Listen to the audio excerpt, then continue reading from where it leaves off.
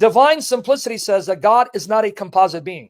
He's not composed of parts, right?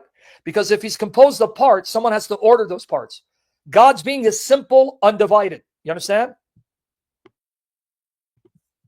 Can I try to break it down? Help me out. Guys, I'm trying to learn. I don't want to spend the rest of the years of my life having to learn complex philosophy, but if I have to, I will. If you say God is a composite being composed of parts, those parts have to be ordered. But if they're ordered by whom? If you're saying God has ordered those parts, that means God is changing in his essence. Do you understand why Thomas Aquinas, trying to refute Muslims by using Aristotelian logic, wanted to affirm God is simple in his essence, undivided? With me so far? So if you say there are real distinctions in God, then you're saying God is composite. And if he's composite, then that means those parts must have been ordered. And if they're ordered, that means God had to change in order to go from one state into another state. So this has to do with what they call divine immutability. Everyone got what divine immutability means? God's unchangeableness. If you say that God has parts, that means God ordered those parts. And if he ordered his parts, you're saying there's a change in God. But God is unchangeable. Okay, now, he says there are virtual distinctions. What does that mean, virtual? Meaning from the perspective of the creature looking at God, we perceive God as having distinction. That's from our perspective. So I'm seeing God, let's say, moving, changing, right? That's my perception as the creature. As the creature who's bound to time, space, and change, I am perceiving this ultimate reality and the way I interact with him as changing. But that's from my perspective, not from God himself. You with me there? So this is why Tim kept saying virtual distinction. Yep. In other words, from the vantage point of the creature who experiences reality in time, space, who experiences motion, movement, right? He is perceiving God changing. For example, I pray, God responds. Well, if God responds, that means I'm perceiving him from one moment, he's not responding, the next moment he is. But that's from my perspective, right? This is what Tim was trying to say. Now, I'm not qualified to critique it or affirm it. I can't qualify. I'm not qualified. So that is something for philosophers to deal with because they're trying to wrestle with what the Bible teaches.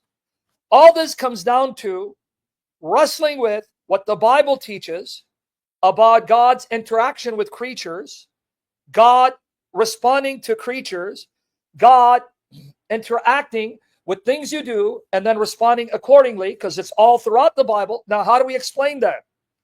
Well, depending on your metaphysics, depending on your philosophy, depending on what philosophy informs your thinking, you're going to explain it in a variety of ways. Do you understand?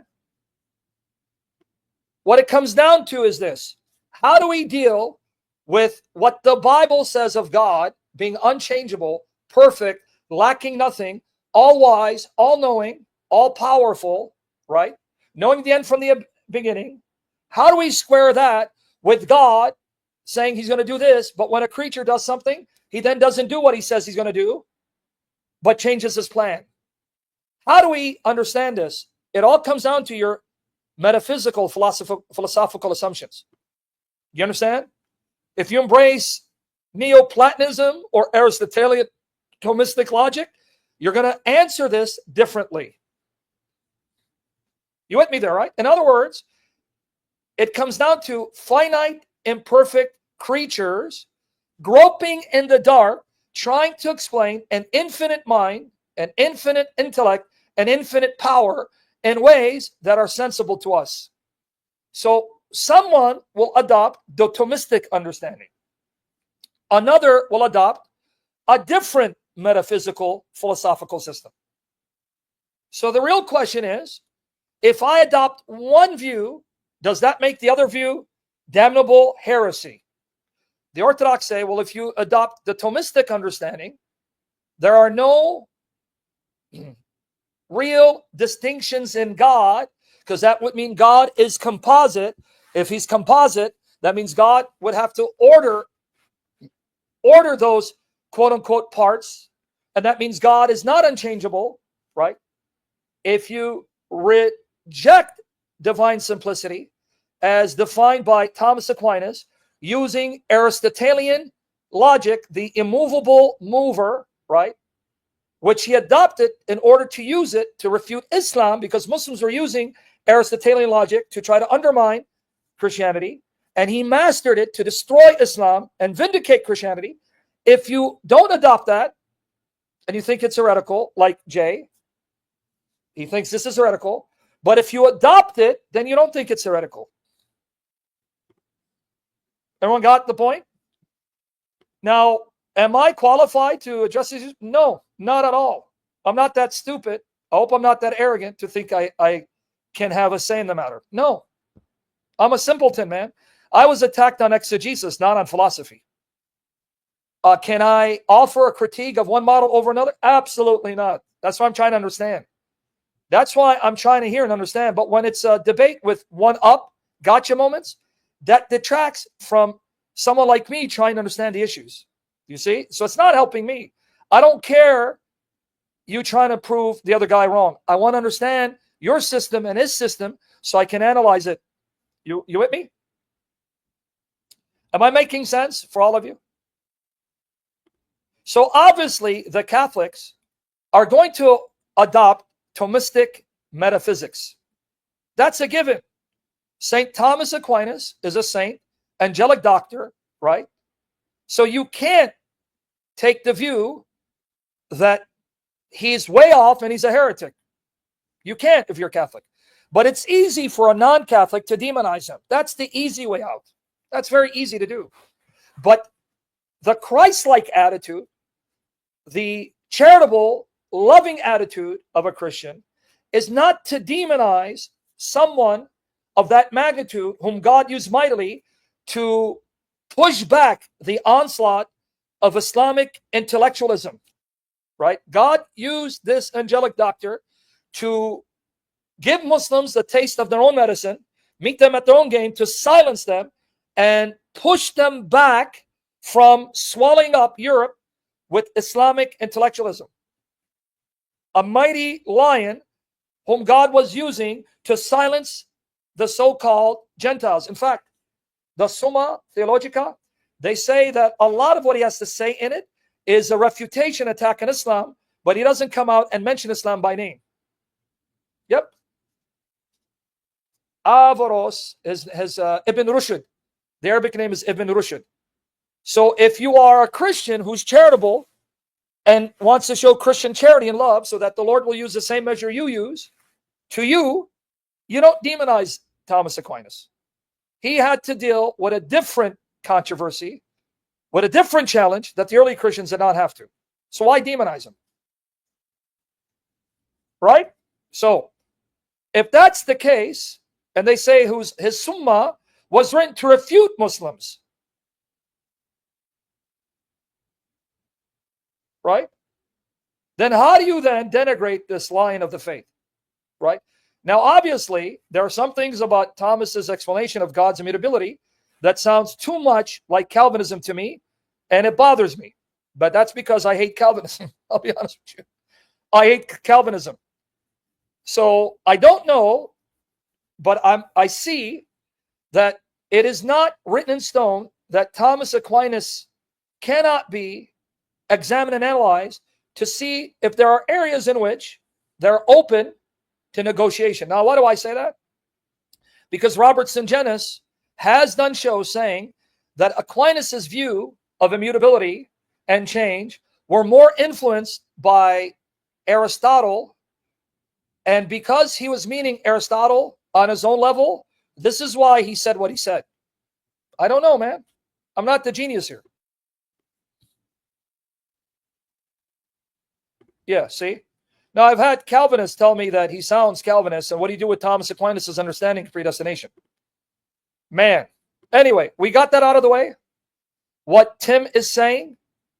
Tim is saying, if you say the essence, energies are distinct, and you posit a real distinction in God, then you are no longer affirming that God's being is simple, undivided.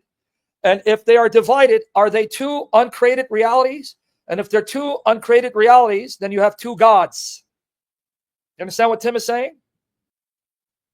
His pushback is, are you saying the essence and energies are really distinct?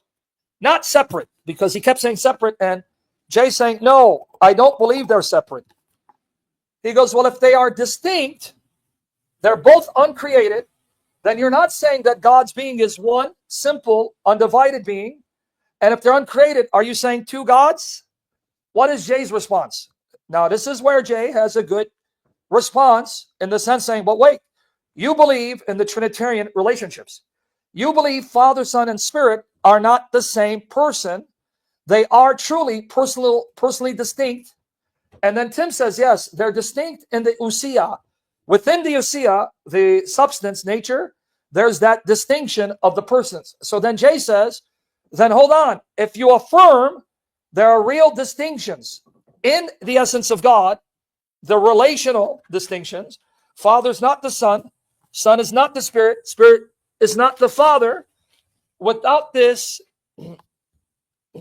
nullifying that God's being is one, then why would you argue that the operations of God would violate God's being as being one?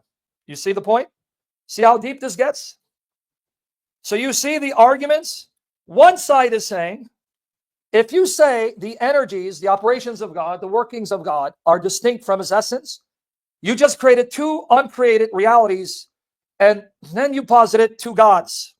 The other comes back and says, hold on, buddy. You believe the Trinity are really distinct, relationally distinct. The hypostasis is not one. Father is not Son, Son is not Spirit, Spirit is not the Father, and yet they're not three gods. You still believe it's one God. So what Tim says is, yes, in the ousia would mean nature, they are one because it's in that nature they are undivided. Well, he says, all right, well, the energies, though distinct, is not separate from the essence, just like the Trinity, Father, Son, Spirit, they're distinct, but their essence is one. So where's the problem? You got it now? You understand the issue? Did I make it simple for you?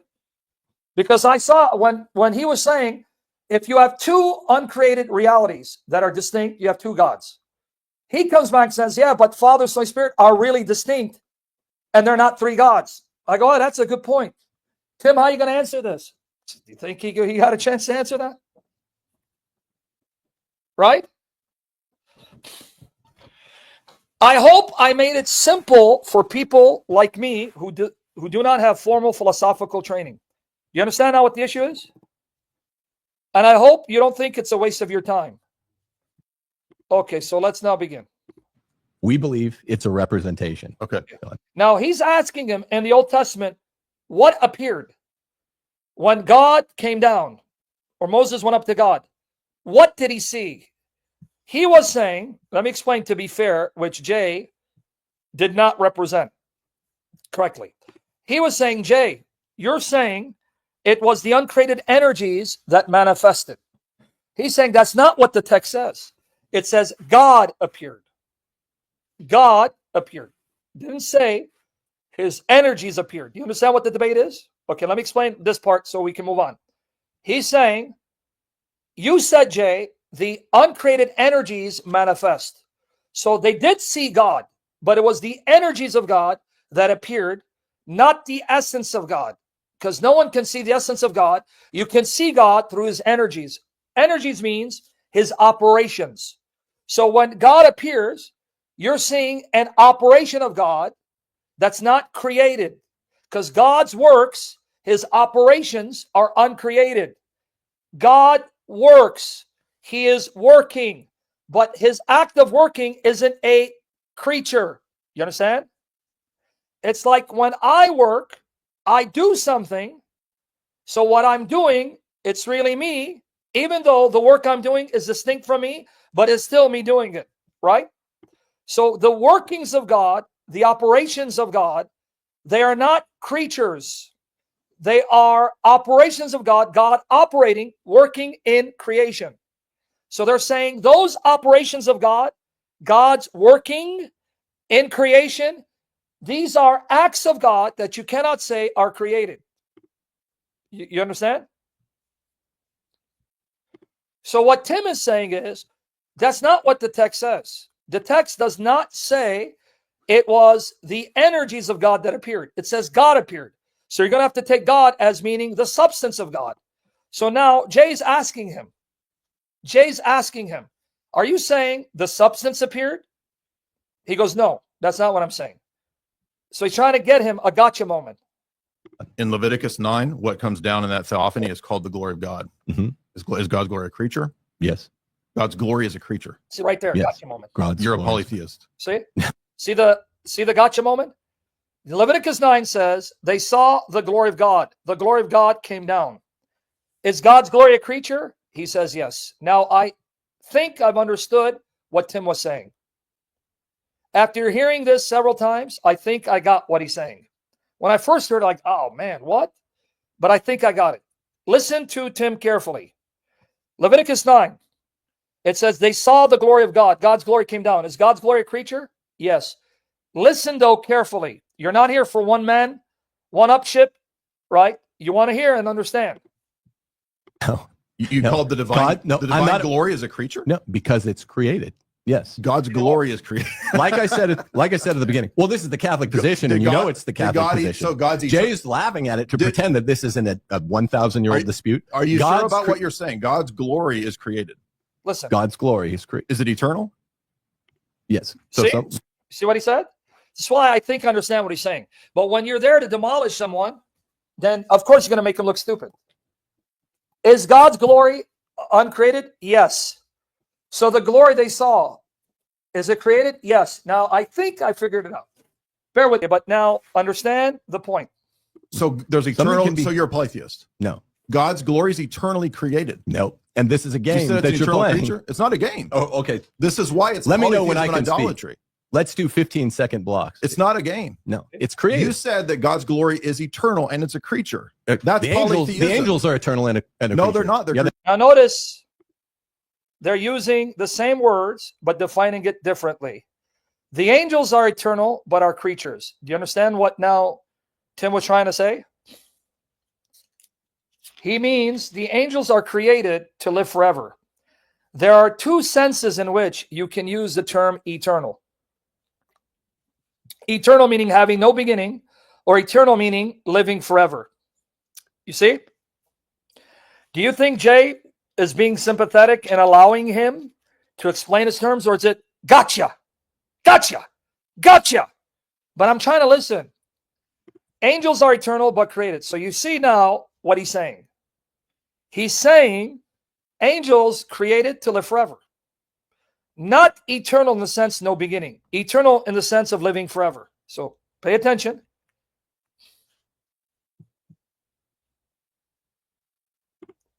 Well, you got to ask Jay that, right? Yeah, you got to ask Jay. You're asking the wrong guy. You got to tell Jay, because Jay says the energies are distinct from the essence. And how do you know they're distinct? Because they're different. How do you know they're different? Well, God creates and walks on water. That's not the same. One operation, he creates from nothing. The other operation, he walks on water. See, these are different operations. That's how we know they're distinct. That's what he's saying. Created. No, they can be eternal with God, like a footprint in sand, to use Augustine's term. Yeah. Yeah. Are they created ex nihilo? Well, of course. Yeah, they're created. Then they're not eternal. See? Notice he's saying they're not eternal. Why? He's using the definition different from him. He's saying angels, of course, are created from nothing. But I'm using eternal to mean forever. Forever. You see the point? Yes. Aren't we going to live forever? Do we not have eternal life in Christ? So we will be eternal? Yeah, but that doesn't mean we're uncreated. See? But you think people are going to listen to this one time, care about letting the other side clarify the position? No, see, gotcha. He got destroyed. Ha ha, like that whore that manifested earlier. Ha ha ha. Okay, listen. Eternal. They're not uncreated. But with regard to glory, it can, since it's uncreated, since it is created. Which one is it? Since it's created. So No, it's not two gods. So in John's, If it's uncreated and it's separate from the divine essence, you just messed then up, is it dude. two gods? I don't believe that the glory is a creature. Why not? You messed up by saying that. You God's believe glory is eternal. It's uncreated. It's the glory that Jesus. And is it separate from the divine Why essence? are you interrupting me? It's my time to Why? interrupt Because I'm asking you back. But Is it separate you don't from the ask me divine questions in my cross examination. They're not here to understand, right? It's here to demolish the other side. You see? It's not here to understand. It's here to bully and destroy. So the point is, Jay is not impressing me and winning me over because I want to hear his side to see if he's understanding and addressing it or he's trying to demonize his position. I'm being honest. Not because I'm anti-Jay. I'm not. You know, I don't know Tim that much. And it's not because he's Catholic. You've heard me call out militant Thomas for saying that Jesus is not the angel, but a created medium that he worked through, right? So don't tell me I'm being biased. Right. He's correct on that. Yeah, sure. All right. Yeah. So let's leave the question In there, John and then he'll 17, have a few minutes in John 17, Can I clarify my answer quickly? if he allows you. Okay. So Sure. we say it's not polytheism because it's created. It's that simple. God's glory is a Yes. creature. No, notice what he's saying. If I'm telling you these things they saw are creatures, then I can't be a polytheist because I don't believe there are multiple gods. You understand what Tim is saying? Or is a creature. Wow. You understand that in Ezekiel, the sun is identified. You notice what he's saying here. I think I understood his point. What is his point? I'll explain. First, he's saying, are you saying the glory they saw is a creature? Yeah, it's created. But now he's going to come to Ezekiel 1, 26, 28, where a man appeared, and that was the glory of the Lord, and that was Jesus appearing. As the glory. Is the sun a creature? No, this is an equivocal definition. See? How? Because. Equivocal. Yeah, a woman is the glory of man. That doesn't mean that she's the univocal But the predication that you're sun talking is about. the here. glory of the Father. The Son, in this analogical sense, can be the glory of the Okay. Father. That doesn't mean So when that Ezekiel God's saw, glory, as such, is uncreated in for Judges, Catholics. okay, in Judges 6. Watch here, one more time. Creature. Wow. You understand that in Ezekiel, the sun is identified as the glory. Is the sun a creature? No, this is an equivocal definition. How? Because. Yeah, a woman is the glory of man. That doesn't mean that she's the univocal But the predication that you're sun talking is about. the here. glory of the Father. The Son, in this analogical sense, can be the glory of the Okay. Father. That doesn't mean So when that Ezekiel God's saw, glory, as such, is uncreated. in for Judges, Catholics. okay, in Judges 6, it says that Yahweh turned his face to Gideon. Was that Yahweh really in time and space? I don't know. Or, You don't know. yeah, I'm not sure. Well, maybe you should have looked into the theophanies if you wanted to talk No, about no, You let's wanna talk accuse me- theophany. You want to accuse Let's me talk of, theophany. well, you've already admitted that God's glory is a creature, right? Can So we- that's polytheism. Which can you this wanted be to an say that analogy? You wanted. I mean, I never disagree with analogical predication, but you, No, I don't mean your analogical analogies. I mean, when God turns his face, you think that a theophany requires It's logically. a body. Did What? Jacob wrestle with Jesus? Now, this is what I want you to focus. It's a theophany. Theophany. Did he wrestle? See, this is where I think they're talking past each other. God appeared as a body. Pay attention. This is where I think he is demonizing his position, not trying to understand his position. Because now I'm going to explain to you what Timothy Gordon is saying. But pay attention. We're getting there. I just want you to let him answer. Wrestle with Jesus. We say this is a created participation. So the son. Participation. Does he let him make his point or he cuts him off? Created participation. I'm going to explain what that means. So I do think I've understood his position. And it's not as blasphemous heretical as he's trying to make it out to be because he's trying to demonize him. I'll explain. And prior to the incarnation was created. no, this is less. But than you the said it was a divine creature. essence. It's less than divine. So now you're polytheist again, and there's multiple gods less than the analogies. I mean, when God turns his face, you Gotcha. think that a theophany requires It's logically. a body. Did What? Jacob wrestle with Jesus? I want to explain this. It's a theophany. Theophany. Did he wrestle with Jesus? So he just said, here, Tim, honestly and fairly, even if you don't agree with him, theophany, it's a manifestation of God. Theophany means an appearance of God. So what does he mean created? I'll explain. Just hold on. Say this is a created participation. So the Son prior to the incarnation was created? No, this No, is less but than you the said it was divine a essence. creature. See, no, It's less than divine. So now you're polytheist again, and there's multiple gods less than the creature. I can't be a polytheist, Jay, if I keep saying that these are creations. I want to explain what he's I'm only a You're calling polytheist God if I and say there's Yahweh a something creature. separate from the divine essence. You're calling that is God and not Yahweh. a, that These is things not are a called creature. Yahweh. They're called Yahweh. That means they're not creatures. Yahweh's uncreated. His glory is uncreated because he had it forever in the triad, in a triadic relationship. You said God's glory is a creature. You just messed up big time. That's idolatry. I'm done. Okay. You want me to explain what Tim was saying now? I believe I understood Tim. He wants to demonize his position. What do I mean? You ready now, learn? Here's what Tim was trying to say. You ready? Here's what Tim was trying to say.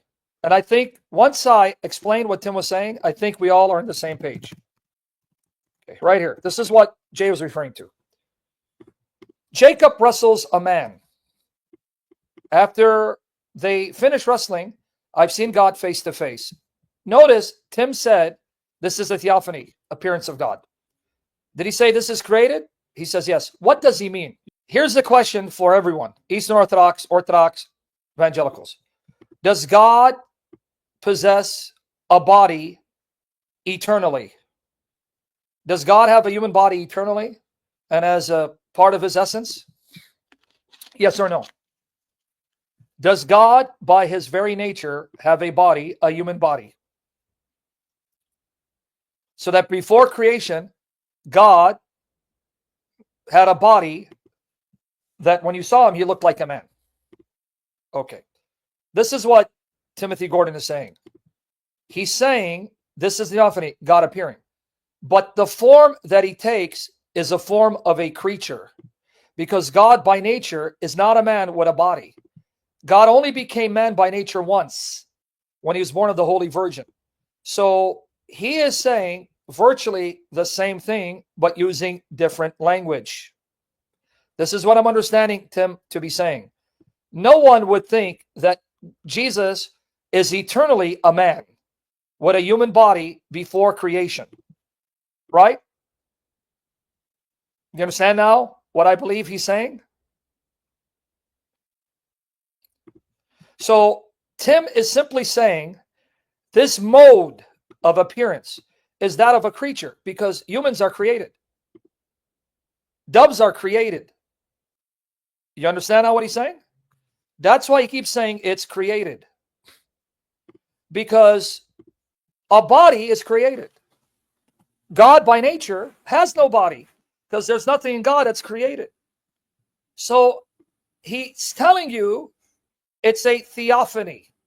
He says it's appearance of God, but it is through a created mode, meaning he's appearing in the form of a man. Well, that appearance is not reflective of God's uncreated nature because God has not always existed with a body that looks human. See how they're talking past each other? I'll give you another example. So did Jay really demolish him? No. Jay was demonizing him. That was it. Here's another example. Here's another example. Luke 3:22. Everyone got it now? Yeah, but see, this is why I don't say created a mode. Why? Because then those who don't want to understand your terminology say, oh, so it was a creature that appeared that God worked through. So that wasn't God, but a creature. So you worshiped a creature. See, that's where they're going to catch you, Byzantine. So what term do I use? Manifested. Appeared in human form. I don't use the word created, but I'm saying the same thing. You understand the point? If you say God created a mode, what they're going to tell you, oh, so that's a creature that God produced and spoke through, so it's still not God, it's a creature and not God, and therefore you worship the creature, so you're an idolater. No. The terms I would use is God appeared. God manifested visibly in human form. That's the language I use.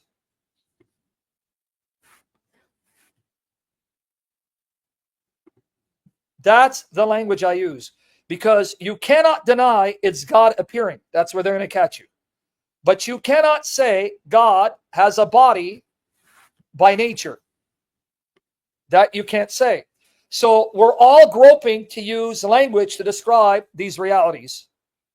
So if someone says, well, I don't like your articulation, Sam. Well, I don't like yours. When you say it's created, he's revealing himself through a creature, the created medium. You're now going to be accused of idolatry, because if that form is simply a creature manifesting that God works through, then that form is not God. So then you're not worshiping God, you're worshiping a creature as God. Jay must know what the Catholic position is, because if not, then he's not qualified to debate Catholics. So that means Jay is deliberately demonizing Catholics. You understand now what I'm saying? Why would you do that? Why do that?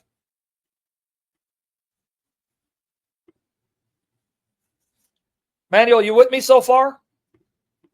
They're using different terms to mean the same thing. That's why you have to be careful what language you use.